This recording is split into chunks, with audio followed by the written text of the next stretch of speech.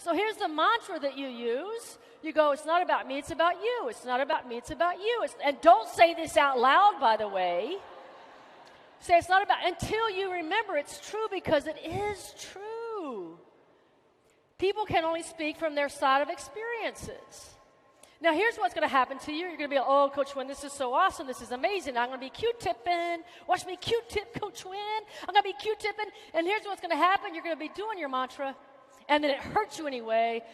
You're going to call me on the phone and say, Coach Winn, you are a liar. Because there's a second part to this. And here's the second part.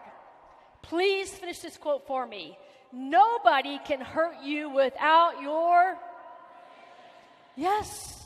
And so if it hurts you, it's because a piece of you believes it's true. That's why it hurts you. It's not because they said it, it's because you believed it. And that's why it hurt you. So we're going to find out right now if how many of you, well, let me just ask this question. How many of you have allowed somebody else to say something and ruin an hour of your day? How about a half a day? How about a whole day? Stop it. Don't let them steal your joy, your passion anymore. Stop it. So here we're going to find out how many of you allow this to happen. So I want you to stand up. Go ahead, stand up. Stand up. Look at the person next to you and around you and beside you and say these words. This is not about judgment. This is about awareness. So here's what's going to happen. I'm going to read you a statement. And if you've done this statement in the last 3 months, you're going to sit down. Okay? So once you sit down, you remain seated. Do not stand back up. Remain seated and just nod your head if you've done some of the other statements. This is going to tell you if you are allowing other people to steal your joy, your passion, your serenity. Here we go. Number 1. Somebody called you a not so nice name, and you immediately called them a name back, and under your breath counts. If you've done that in the last 3 months, have a seat.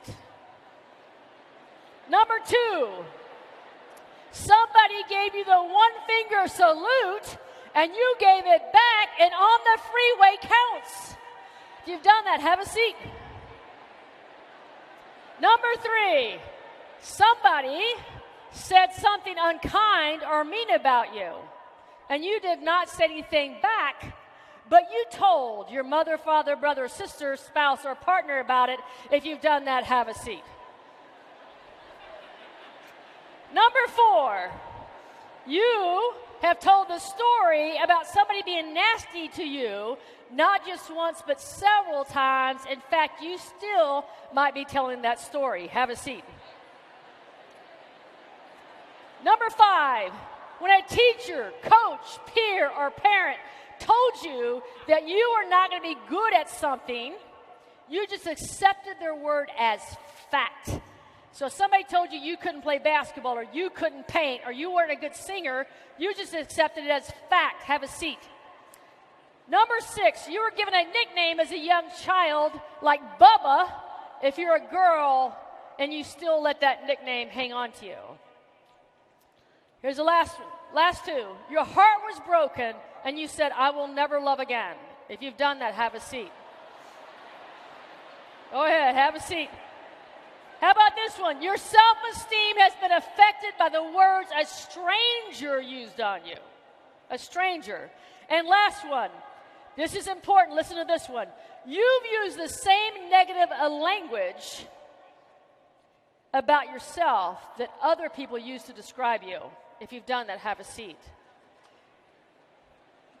Ladies and gentlemen, if you're still standing, we'll give you a high five. And for those of you who are sitting, understand and acknowledge that you're allowing other people to steal your joy, your serenity,